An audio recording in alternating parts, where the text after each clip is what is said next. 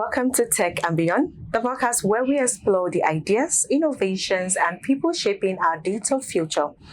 I'm your host, Peter Mary, here today. And today we're starting a special series focused on girls and women in technology. Now, technology continues to transform the world around us, from how we work and communicate to how we solve some of society's biggest challenges. Yet, despite these opportunities, many women still face barriers when trying to enter the tech industries. But behind every successful woman in technology is a story, a journey of curiosity, resilience, and determination. So in today's conversation, we're focusing on what it really takes to break into the tech space as a woman, the inspiration, the challenges, and the lesson learned along the way. Today, I'm joined by an inspiring guest, Mrs. Moturayo Okbayinka. Mrs. Okbayinka is the founder and CEO of Women Innovate LLC, an innovative edtech platform dedicated to closing the gender gap in STEM, and that is science, technology, engineering, agriculture, and mathematics across Africa.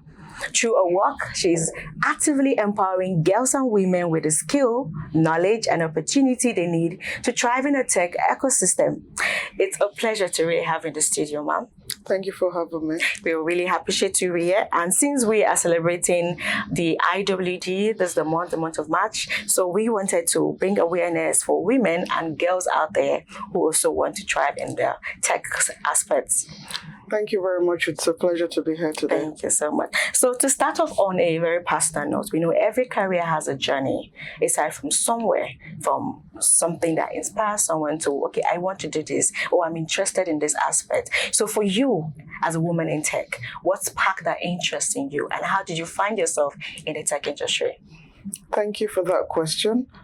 So I graduated BSc Accounting and Finance Management. Oh. So, and I practiced within accountancy the first few years of my career. Right. And soon I figured that it wasn't for me. It was too routine and monotonous. I found that with my personality just didn't gel. And I was looking for more. A challenge. A challenge. And luckily for me, my organization then, I was working for Texaco, Chevron Texaco.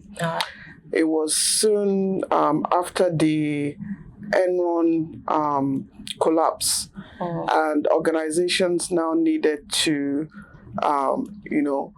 put compliance structures within their operational processes, which meant that every organization needed to embark on a transformation project to ensure that they comply with the new rules and standards as given by the government. So my company was about to begin that project, and I requested for the opportunity to join the project. With no prior knowledge before? With no prior knowledge before. Oh, wow. And gladly I was given that opportunity to, try something else, still within the same organization. And that was how I got into tech. Yes. Oh, that's very, very inspiring. I mean, like, everybody think the journey for tech is just like a one-way road, but it's different for everybody. Imagine you going from an accountant to a tech professional, and that is actually a very interesting journey. So I know with all of this, coming to the tech space where it's known for, historically, to be a male-dominated area or field.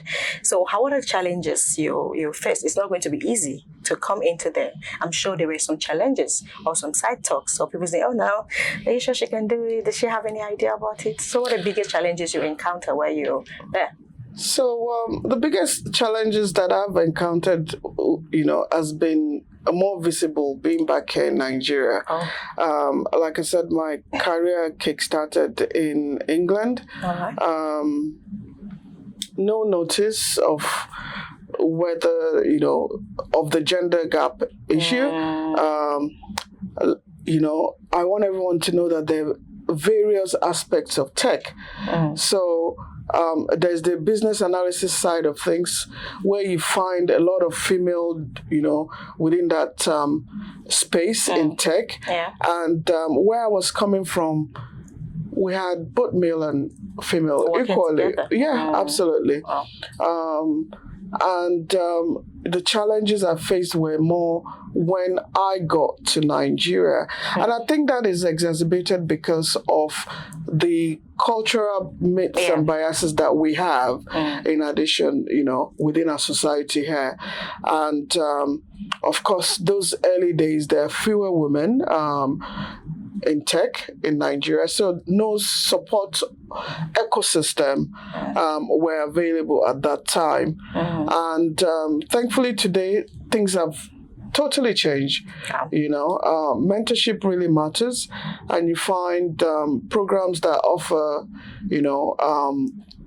mentorship within it, which if you understand women and the expectations are that are based on us, a lot of the limitation is because of the responsibilities that we have, whilst our male counterpart can just venture into anything. Exactly, and they have the so much time and less responsibilities to explore. We are limited, and these programs are now taking these limitations into place and making them more flexible. So, most of those challenges are non-existent now, and I think it's a very good time, a very robust time for women, girls, anyone thinking of kickstarting a career in tech. It's a good time to come in. There are roles like the UI, UX that are not necessarily coding, that allows, for women to thrive in them. Oh, wow.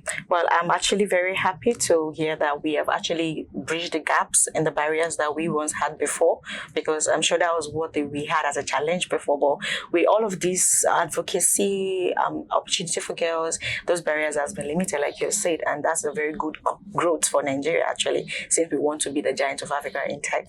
So, so that's very inspiring. So, moving forward now for people who want to actually venture in this as well. Like you mentioned, there are different aspects of technology. You don't have to do the coding. You don't have to do maybe the rigorous or difficult ones if they think it is.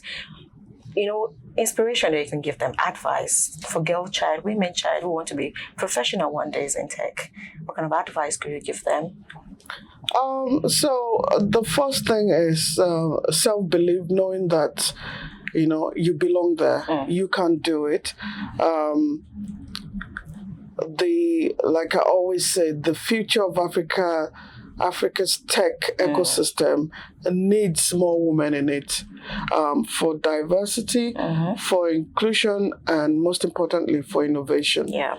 So we have a huge part to play. There are lots of opportunities out there now, programs that help you get into tech.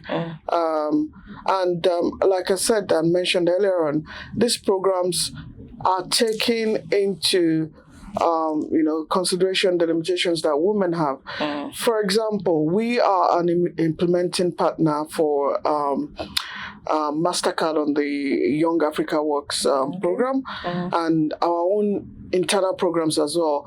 We have found out that, in terms of completion of those programs, we find that girls always, come at top. No. Okay. They struggle. Over the years, we find maybe they start off well and then something happens and then, they end up not being able to finish the courses. And these are, their reality, things that, they face. So now, a lot of these programs are self-paced to allow for that flexibility. Okay. And then there are support networks, when they're going through things, there are other people they can speak to, and there are assistance that, are being offered. So, build your, make up your mind. Don't be scared. There are different aspects of tech. You find, one that you can relate to, and Beyond that, everyone needs to build their digital skills because the future of the world today It's digital. is digital. Oh, thank you so much.